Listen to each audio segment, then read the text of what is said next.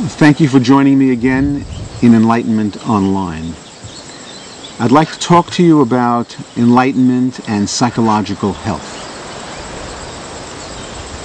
There's always been an air of romanticism about the spiritual path, and especially about what constitutes psychological health and well-being, and what does not.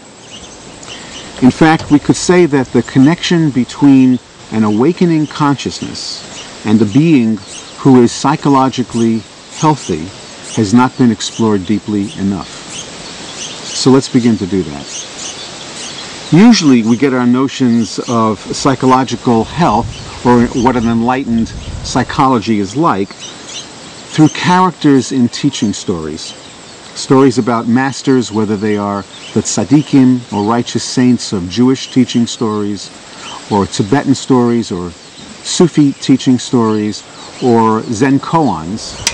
We meet characters in these stories who are very unusual and spontaneous, who put their shoes on top of their heads and walk out, who cut cats in half, who mysteriously talk about the cypress tree in the garden, apropos of practically nothing.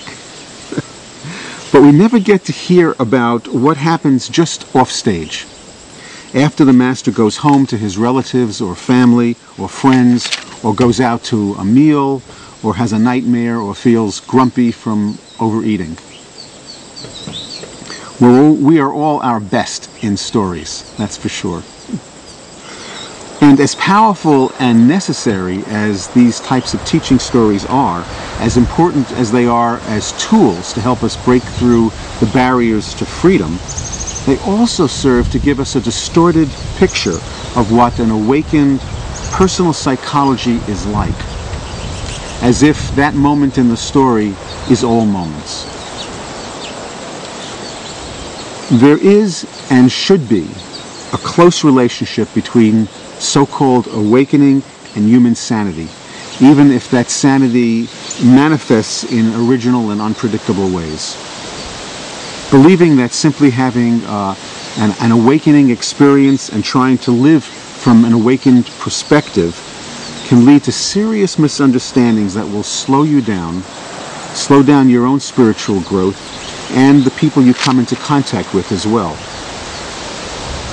These misunderstandings can actually rise to a detrimental level, especially if we think that the point of spiritual work is to transcend personal psychology and transcend the personal self's manifestation as the ego or the I.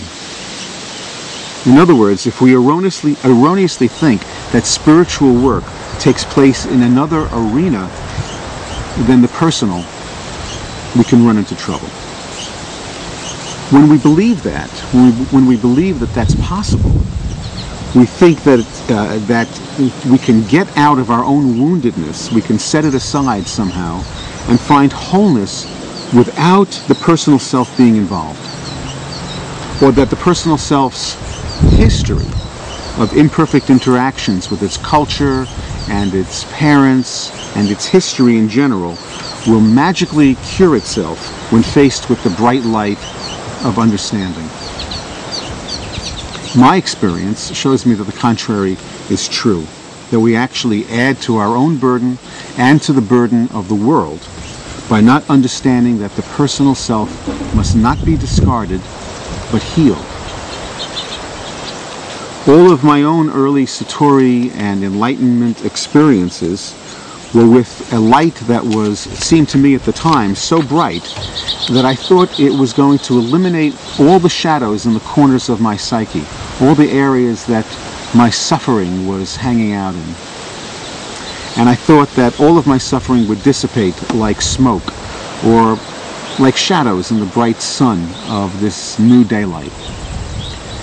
This, of course, was not true and was not the case. But here's what I understand now. The whole point of spiritual work is to cast a strong light on these areas so that we can see them. Now, let me repeat that.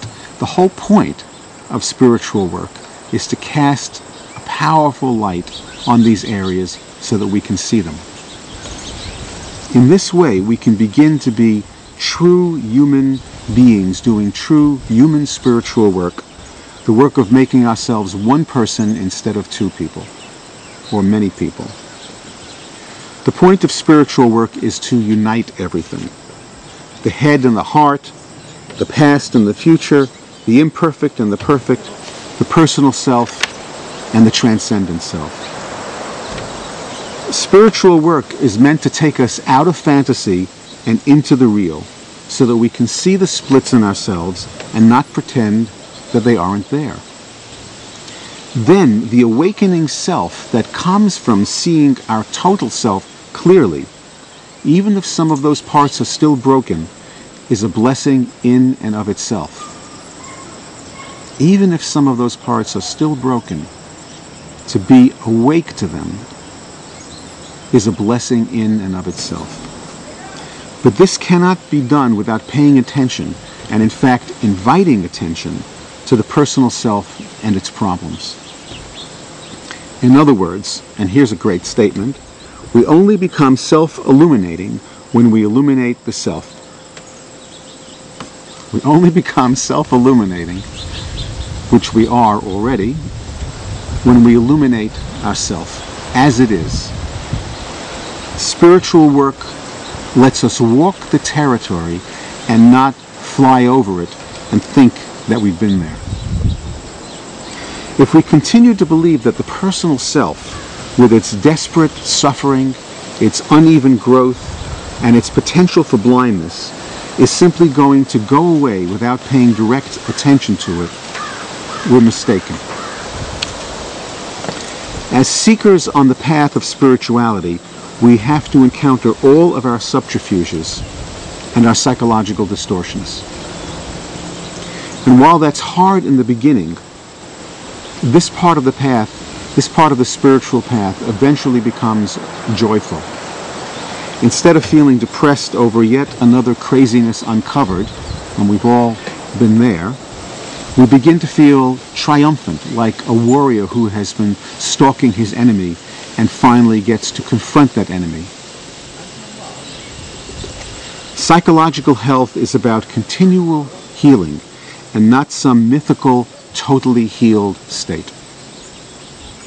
We're here on this earth to heal, and that means healing all the hurt parts of ourselves, continually walking down the corridors of our lives, not towards some eventual not towards some eventual brightness, but right here, right now, in the midst of hard search, within this brightness itself. Isn't that a hoot?